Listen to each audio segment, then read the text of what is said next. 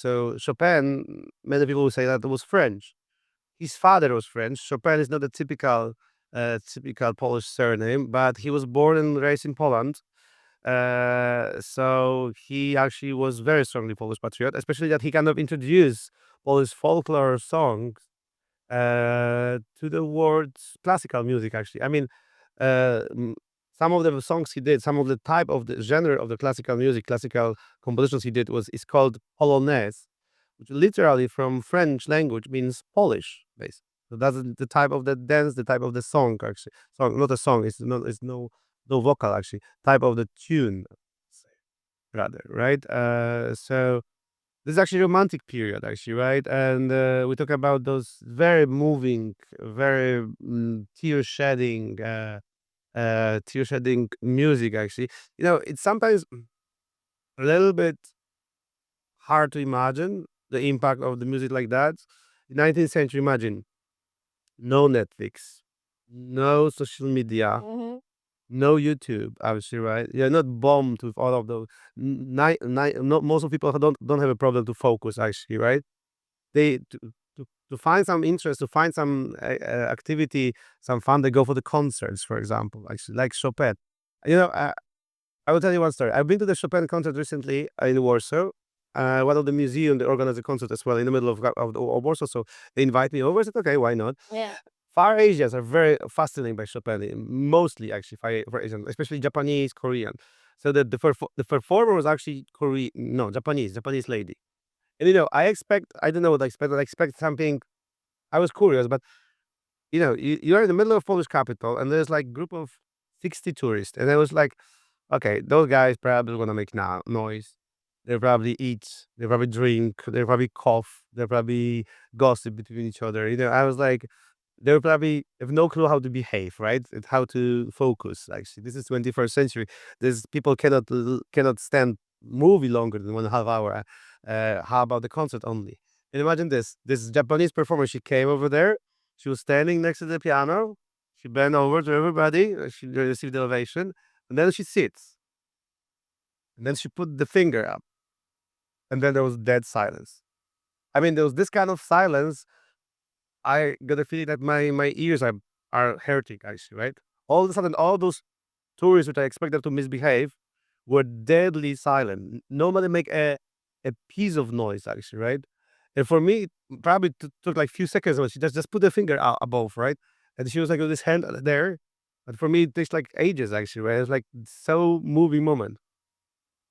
And then with the silence, she hit the piano, and it was like like an explosion. Like I don't know, like Too Fast, Too Furious, all of 10 of those editions actually together. Actually, that was so emotional. Actually, that was really amazing concert. Actually, really. So especially that when you listen to Chopin, you're used to those compositions, etc. Come on, Chopin is played on Polish trains. If you use Pendolino, the Polish fast trains, you approach to Warsaw, they play Chopin. Chopin is the sounds of Poland, actually. So Chopin is probably the most okay. Among the Polish people, I don't know many of them who listen to Chopin, but actually at some point, some people with some let's say level of cultural absorption, they do actually. And They this do is listen for sure. this is really well. He wasn't only a good performer; he was actually the composer. That's the point. The most prestigious Polish or one of the most prestigious worldwide piano contest in the world is actually Chopin Piano Contest, which happens every 5 years in Warsaw. Hmm. And they say that to be a good Chopinist is not enough to be a good pianist. Hmm. To be a good Chopinist is supposed to understand the Slavic soul. Ah.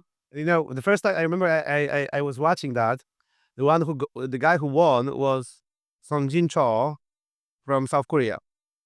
The guy who won the war, so Yeah, yeah. Chopin contest. Exactly, and I was understanding like, okay, how he understand the Slavic soul, actually, right? So he did tour around around the country afterwards. He was a Chopin piano contest winner. Actually, come on, he was a star already. And I took my mother for his concert, and to be honest, that was really really unbelievable. Could you imagine? I did this Alton tour the next day, and I met several South Korean girls coming to my tour because they came only because of him. This pianist guy, he have a groupies coming across the globe to actually join his concert, unbelievable. And then after the concert, he was overdressed. He was obviously nicely dressed with tuxedo, etc. Then he went to the backstage. He actually changed into the blues, etc. He looks like a 15 years old Korean playing on PlayStation, and he was giving autographs. Actually, basically, he looks so casual. Actually after, so on the street, you don't recognize him, that he's a kind of a special person. So that's also true, that actually I think, which is a good mark of the contest, that Polish people don't usually win. To be honest, How long has this contest been going on? from the 20s, actually, with the break of the war, of course, actually, I think from late 20s, 1920s. So we talk about like 100 years, actually. So every 5 years. So basically, for the good pianists, there are usually 2, 3, because I think maximum age is 30 or 35. Mm-hmm. So in the pianist career, you can do it twice or 3 times maximum, actually, right? Okay. And It's like the Olympics, or pretty much among piano players, actually, right? This is actually the door to heaven for the pianist. If you won the Chopin piano, you are the star. You are the man. In late 20th century, only 2 Polish players won. That's Rafał Blechacz. That was actually 15 years ago, and Christian Zimmerman, a Polish Jew, who did won actually about 35, 40 years ago. so you want to tell me only 2 Polish people won? Maybe some guys won in before the war period, actually, but for last 50 years, only those 2 guys, the Polish. And why do you think this the interest, or this love of the people in Asia to Chopin? It's even like he's there, and this is here. It doesn't make sense. I don't know exactly, but I have an own theory. Stereotypically, Far Asian people actually uh, are struggling with express their emotions, or culturally they supposed to not to. It's very collectivistic society, and the individual emotions are not well viewed, were seen, actually, right? And then you have this thing, you have this piano. By just pushing the buttons, you'd express the emotions, basically. So I guess maybe that's the point, that actually, that for them this is actually like a magical machine which can express the emotions, and it's also can evoke so much strong emotion. This is my own theory, but actually I never found any like scientific research, or try to explain why the Far Asian. But if you go to Chopin Museum in Warsaw, I think like 80-70% of the visitors you will see there will be Far Asians. Very Eastern. That's incredibly interesting. This is something that most of the Polish people don't understand, to be honest. Yeah, That's very, very, very. it's a very interesting fun fact. Where is Chopin buried? Where did he die? So he was born in Żelazowa Wola, next to Warsaw. Then he started his career in Warsaw. In Warsaw, if you visit the city, there are some benches, actually, which you sit on the bench.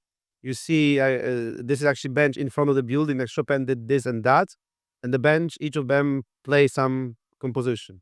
So the bench play to use Chopin, basically. And there are like 10 of them, 10 on different benches, depend on different locations, actually, but in the center of Warsaw. So he did his career over there, and then he emigrated because Poland, not necessarily, Poland already didn't exist, but actually Poland, after the November uprising 1830, a lot of Polish people emigrated to France, and he did as well. Yeah, very popular lover, Georges Sand at that time, famous writer as well. But Chopin is also kind of very romantic story, because he died young because of tuberculosis. Many of those kind of like a thing at those days, that those artistic, emotional guys, they have to be very thin, they have to be pretty sick, actually look melancholic, look pale as well. So he actually fit the actual The description. model as well. Right. So he's buried over there, Père Lachaise, the same graveyard where Jim Morrison is buried, and many American tourists do have sex on his grave. Right. That's the same graveyard. Uh, so his body is there, but not all of his body. Not all of his body. His heart was cut away, and literally an organ, heart. Right. And his sister actually smuggle the heart to Poland. The legend says that when she was asked on the border by the customer control, "What do you carry?" she says, "Nothing special, only heart from my brother." And the guy thought this is a joke, so he lets her go. But the heart came back to Poland, and the heart of Chopin is buried in Warsaw. It's in one of the main church, I think St. Cross Church, in the middle of Warsaw. So his heart is in Warsaw. His body is. It's very symbolic. There is a My heart will always stay there. So like my emotions, he made career, but thanks to living in Paris, right? Worldwide career, actually, world famous. But his heart will be always stay there. So emotionally, he's always attached to Poland. Warsaw. To Poland as well. Right? So Chopin is not very Kraków story actually, but it's very Polish story for sure, and Warsaw story also. Wow. Any students or any descendants or any is there anything left of Chopin's like bloodline or students or anything that connects us to him in 2025? I think the Compass is the biggest legacy, actually, to be honest, which is really which is properly done. That's actually they name it after him. They do it so prestigiously. A lot of Parisians actually because of him was studying music here. Actually, I've been on the concert like in Kielce. I didn't know that Kielce has music academy. Actually, I've been in Kielce. Like just random city between Warsaw and Krakow. And there was a Chopin concert actually played by students, Asian students of local music academy. So that was really So impressive. really cool. So apart from the contest, by the way, contest is not a contest. Is actually the most popular high culture event in the world history. This is live on YouTube. Oh wow. You can just see all of those performers playing. We talk about like dozens of hours. You can see that live. It's actually the most popular high culture event in the world. So actually, that's really big. And the lovers of classical music can listen to that. So apart from that, Chopin vodka. We're speaking about Poland vodka, as we mentioned, guys. Yeah, vodka is actually some brands are named after famous people. So I think here in the Czartoryski Museum, the place where Da Vinci painting is, there is a Chopin portrait. Okay. This was a very famous portrait because this image of him from this portrait was used in Polish banknote. We denominate the currency in 1990s, middle 1990s, so we cross out 4 zeros. But before that, there was a Chopin banknote, 5,000 zloty, Mm. with this painting, with this image of him. So this painting is here. He was on the banknote, and also there is his death mask. His death mask. Yeah, basically, there was a popular thing that they were putting a plaster on the dead famous of the face of the famous person to take a cast actually from it, and they didn't believe that it's only the view of the person is or image. It's actually the summary of her life experience. And we talk about the guy that actually most of the world was so emotional thanks to his playing, actually, thanks to his composition. So this Death Mass of Chopin is pretty emotional for some people. So those are the two things, the items which are here in the museum in Krakow. Uh-huh. And there is a Chopin museum in Warsaw, obviously, which is dedicated to him. Without a tour guide, it's very tough, actually, because there are a lot of stuff, a lot of compositions, etc. But really, it's good. It's really commendable to have a good tour guide over there in the Chopin Museum in Warsaw.